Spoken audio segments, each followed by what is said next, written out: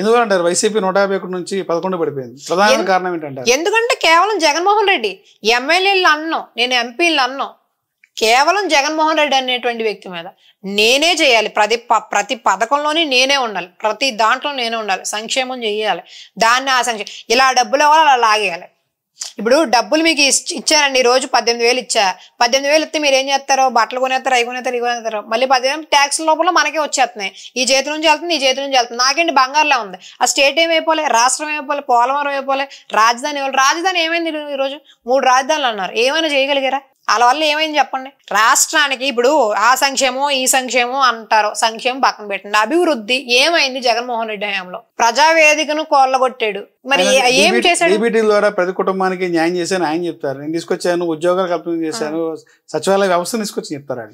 వ్యవస్థ ఉంది, ఉన్న వ్యవస్థని మెరుగుపరిచి సరిపోయేది కదా. వ్యవస్థ ఎందుకు? పంచాయతీలు ఉన్నాయి కదా, ఆశా వర్కర్లు ఉన్నారు కదా, వాలంటీర్లు ఎందుకు? వాళ్ళ ఇబ్బంది ఏంటి? అదే వాలంటీర్లకు 5,000 ఇచ్చేది నువ్వు ఉద్యోగాలు పెట్టి 15,000-20,000 లేదంటే 20-30,000. ఇంటర్ చదువుకున్న వాళ్ళకి 5,000కి నెలకి 5,000 వస్తే ఏం చేసినట్టు? చేసేవాళ్ళు ఇంట్రెస్ట్ కాలే చేశారు కదా. ఇంక ఏ దారి లేక రాష్ట్రానికి అభివృద్ధి లేదు, అభివృద్ధి లేనప్పటికీ ఉద్యోగాలు లేవు, ఉద్యోగం లేనప్పటికీ ఏం చేస్తారు? ఉన్న 5,000కి అడ్జస్ట్ అవుతారు. ఆ విషయంలో కూడా వాలంటీర్ వ్యవస్థ కూడా, సచివాలయ వ్యవస్థ కూడా మెరుగుపరిచినట్టు నాకేమనిపించలే. ఉన్న పంచాయతీల్ని అభివృద్ధి చేసుకుని దాన్ని డెవలప్మెంట్ చేసుకోకుండా ఇంకొక అప్పు తెచ్చి ఇంకొకటి కట్టి ఎందుకండి ఇది? ఆ ఉన్నటువంటి సలహాదారులు అందరూ కూడా మరి సక్రమంగా ఇచ్చారో లేదో నాకు తెలియదు, కానీ వ్యవస్థే కరెక్ట్ కాదనేది నా ఒపీనియన్ అండి. ఈ 5 సంవత్సరాల్లో అమరావతి ఏదన్నా ఒక రూపు వస్తుంది అంటారా?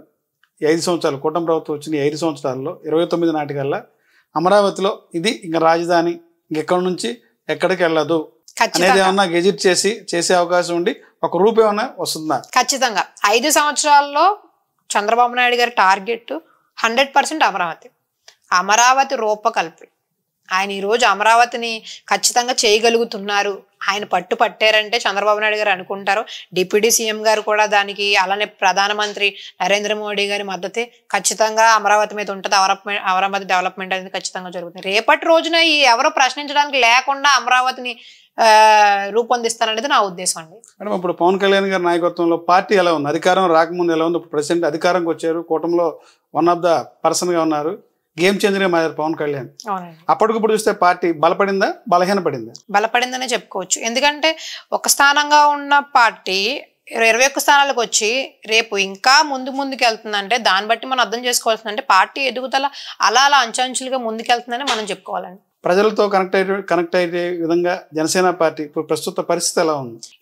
అట్రాక్ట్ చేయగలుగుతుందా? ఇదివరకు మా నాయకులం గానీ, మహిళలం గానీ, లేదంటే కార్యకర్తలు గానీ ప్రజల్లోకి వెళ్తే పార్టీ నుంచి వచ్చారు అని ఆ సందర్భంలో అంతవరకు అంటే ప్రతిపక్ష నేతలుగానే మమ్మల్ని చూసేవారు. ఇప్పుడు అధికార పక్షంలో మేము చేయగలం, ఏ సమస్య అయినప్పటికీ మేము వాళ్ళు అధికార పార్టీలో ఉన్నారు అంటే తెలుగుదేశంతో పాటు మమ్మల్ని కూడా సమపాసంగా చూస్తున్నారు. మేము ఏ సమస్య అయినా సరే జనసేన పార్టీ వాళ్ళు, సమస్య ఎక్కడ ఉన్నా సరే జనసేన పార్టీ గుర్తొస్తుంది, జనసేన పార్టీ వాళ్ళు చేస్తారు అనేటువంటి విషయంలోనే ప్రజలు ముందు చూపుతున్నారు. ఎన్నికల ముందు ఉన్నటువంటి స్పీడ్ జనసేన పార్టీలో ఇప్పుడు ఎందుకని తగ్గిందంటారు? ఆ ఫైర్ గతంలో వైసీపీ కొంటున్నప్పుడు ఏదన్నా ఇన్సిడెంట్ జరిగితే జనసేన వీర మహిళలు గానీ నాయకులు అక్కడ వాలిపోయేవాళ్ళు, అంటే ఉండిపోయేవాళ్ళు. నా పర్సనల్ గా నేను అనుకునేది ఏంటంటే ప్రతిపక్షానికి అధికార పక్షానికి రెండింటికి కొంచెం డిఫరెన్స్ అని ఉంటుంది. ప్రతిపక్షంలో ఉన్నప్పుడు ప్రశ్నించే హక్కు, అధికార పక్షంలో ఉన్నప్పుడు ఆ సమస్యని రెక్టిఫై చేసి దాన్ని తీర్చే విధంగా ఉండాలండి. రెక్టిఫై చేయాలంటే ఆ సమస్య, ఆ యొక్క ఏదైతే ప్రాబ్లం డిపార్ట్మెంట్కి ఇచ్చి ఆ డిపార్ట్మెంట్ ద్వారా ఆ ఇష్యూని క్లియర్ చేసేటువంటి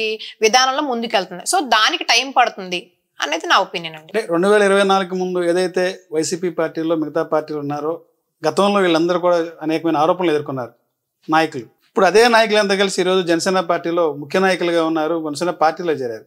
అట్లాంటి పార్టీ నాయకులందరికీ జనసేన పార్టీ కేరా పడ్డాగా మరి ఏం చెప్తారు? ఎలా స్పందిస్తారు? అది అసలు అలాంటి విషయం అయితే లేదండి. తప్పు చేస్తే ఎలాంటి వ్యక్తులైనా సస్పెండ్ చేస్తున్నారు. ఇప్పుడు గతంలో ఆరోపణలు ఎదుర్కొంటే నాయకులే ఈ రోజున పార్టీ మారితే పునీతులైపోతారా? అవునండి. ఇప్పుడు వినుత కోట గారు ఉన్నారు, జానీ మాస్టర్ ఉన్నారు. ఇలాంటి ఆరోపణలు ఎవరి మీదైనా తప్పుడు ఎలిగేషన్స్ వస్తే వాళ్ళని ఖచ్చితంగా పార్టీ సస్పెండ్ చేస్తుంది. పార్టీ ముఖ్య నేతలు అందరూ కూడా అలర్ట్ గానే ఉన్నారని నేను చెప్తున్నానండి. అంటే అనేది గతంలో వైసీపీ పార్టీలో టీడీపీ పార్టీలో ఉన్న వాళ్ళు ఇప్పుడు టీడీపీకి వచ్చారు. జనసేనలోకి అయితే ఎక్కువ మొత్తంలో రాలేదంటే ఇప్పుడు నేర చరిత్ర రాజకీయాల్లో సహజం అంటారు, కానీ అటువంటి రాజకీయాల్లో మనం ఉన్నప్పటికీ కూడా నేర చరిత్ర లేని వాళ్ళనే మాక్సిమం కళ్యాణ్ గారు యాక్సెప్ట్ చేసి తీసుకున్నారు పార్టీలోకి అనేది నా ఉద్దేశం అండి. అంటే అలాంటి పరిస్థితి లేదంటారు? అలాంటి పరిస్థితి అయితే నాకు ఎక్కడ కనిపించలేదు. క్లియర్ కట్ గా. ఇప్పుడు జనసేన, బీజేపీ, టీడీపీ అంతా హ్యాపీగా ఉన్నారు. కూటమి అంతా బాగానే ఉందండి. పార్టీ అన్న తర్వాత అనేక రకాల ఎలిగేషన్స్ వస్తుంటే ప్రతిపక్షాలు ఎప్పుడైనా సరే ప్రశ్నిస్తుంటే దానికి సమాధానాలు చెప్తా వస్తారు. మీకు తెలియదే ఉంది, రాజకీయాల్లో అనేక రకాలైనటువంటి విషయాలు, సంగతులు అలాంటివి వస్తూనే ఉంటే దాన్ని ఎదుర్కోవాల్సినటువంటి సందర్భాలు, వాటి తగ్గ సూచనలు, సలహాలతో మా అధినాయకుడు పవన్ కళ్యాణ్ గారు ముందుకెళ్తున్నారు అనేటువంటిది నా ఉద్దేశం. అంటే పైకి కూటమిలో ఉన్నటువంటి 3 పార్టీలు అగ్రనాయకులు అయితే హ్యాపీగా ఉన్నారు. కింద గ్రౌండ్ లెవెల్లో ఇస్తే ఆ పరిస్థితి లేదు. గ్రౌండ్ లెవెల్ అంటే ఆధిపత్యం ఇప్పుడు జనసేన పార్టీ ఉంటే నాయకులు, ఎమ్మెల్యే గెలిచిన వాళ్ళు ఉన్నారు. పెత్తనం ఎవరిదండి? ఏ పార్టీలో అయినప్పటికీ కూడా గ్రౌండ్ లెవెల్ లో ఉండే కార్యకర్త ఎప్పటికీ నలిగిపోతూనే ఉంటారండి. అది ఏ పార్టీ అయినా, తెలుగుదేశం అయినా, జనసేన అయినా, లేదంటే వైసీపీ పార్టీ అయినప్పటికీ కూడా గతంలో మనం చూసుకున్నట్లయితే ఎమ్మెల్యేలు బాగానే ఉన్నారు, జగన్మోహన్ రెడ్డి గారు బాగానే ఉన్నారు, ఎంపీలు బాగానే ఉన్నారు, అప్పుడు కార్యకర్తలే నలిగిపోయారు. ఆ వైసీపీ పార్టీలో ఉన్నటువంటి నాయకులు ఈ రోజు నేను పర్సనల్ గా చూస్తే వాళ్ళు సోషల్ మీడియాలో రచ్చరచ్చ చేసి వాళ్ళ ఫ్యామిలీలు ఆయన డిస్టర్బెన్స్ చేసి తెలుగుదేశం పార్టీ లేదంటే జనసేన పార్టీ ఒకరి మీద ఒకళ్ళు అంటాం, ఇలాగా ఒకరికొకళ్ళు ఇరుపక్షాలు కొట్లాట్లు ఎప్పుడు కార్యకర్తల మధ్యలోనే జరుగుతుంది తప్ప నాయకులు ఎప్పుడు కూడా సేఫ్ గానే ఉంటారు, సెక్యూర్ గానే ఉంటారు. ఇది నా ఒపీనియన్. అంటే పార్టీలో గతంలో పార్టీ అంతా ఖర్చు పెట్టుకున్న వాళ్ళు ఉన్నారు, నష్టపోయిన ఉన్నారు, అధికారం చేపట్టాక కూడా కింద కేడను పట్టించుకోవట్లేదని ఒక ఆరోపణ ఉంది. మీ పరిస్థితి ఏంటి? మీ జిల్లాలో చూస్తే మీరు ఒక వీర మహిళగా ఉన్నారు.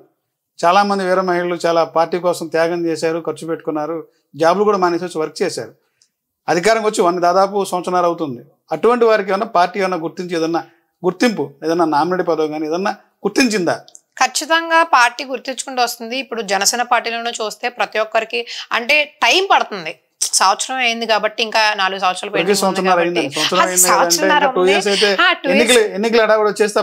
అయినప్పటికీ కూడా అంటే కూటమిలో ఉన్నాం కాబట్టి అందరి నిర్ణయాలు సేకరించి మనకి ఎంతవరకు వాళ్ళు ఇస్తున్నారు, ఎన్ని పదవులు అయితే మనకి సపరేట్ చేశారు దాంట్లోనే సర్దుకోవాలి కాబట్టి కొంచెం టైం పడుతుంది.